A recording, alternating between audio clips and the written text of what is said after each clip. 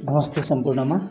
आज यस केशर महल काठमाडौँमा अवस्थित केशर महलको बारेमा म भन्न गइरहेको छु। केशर महल काठमाडौँमा अवस्थित एउटा ऐतिहासिक राणाकालीन दरबार हो।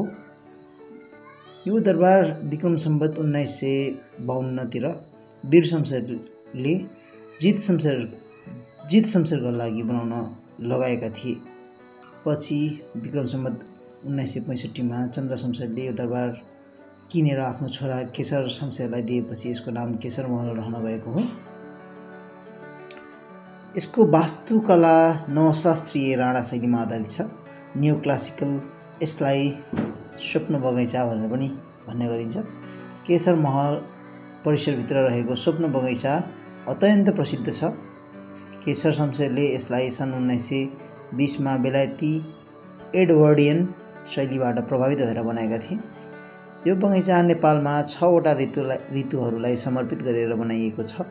यसलाई सपनाको स्वर्ग वा मिनी युरोप पनि भनेर चिनिन्छ र यो एक महत्त्वपूर्ण पर्यटकीय केन्द्र हो।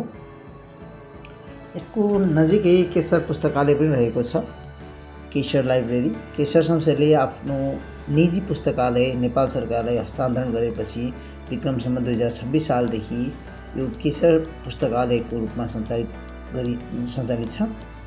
यस पुस्तकालयमा करिब 55,000 भन्दा बढी पुस्तकहरू छन् र 1150 वटा पुराना हस्तलिखित ग्रन्थहरू पनि रहेको देखिन्छ। विक्रम सम्वत 2072 सालको गोर्खा भूकम्पले केशर महललाई क्षतिग्रस्त बनाएको थियो भने यसको पुनर्निर्माण कार्य सम्पन्न भइसकेको छ।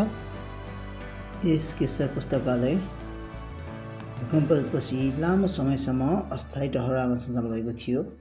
हाल पुनर्निर्माणपछि पुस्तकालयलाई आफ्नो महलमा व्यवस्थित रूपमा सञ्चालन गर्ने तयारी भइरहेको छ, जसले गर्दा पाठक र अनुसन्धानकर्ताहरूमा उत्साह छाएको छ। पर्यटकीय दृष्टिकोणमा केशर महल परिसरभित्र रहेको स्वप्न बगैँचा हाल पनि एक प्रमुख पर्यटकीय गन्तव्यको रूपमा रहेको सञ्चालन छ। केशर महल परिसरभित्र रहेको स्वप्न बगैँचा हाल पनि एक प्रमुख पर्यटकीय गन्तव्यको रूपमा सञ्चालनमा छ।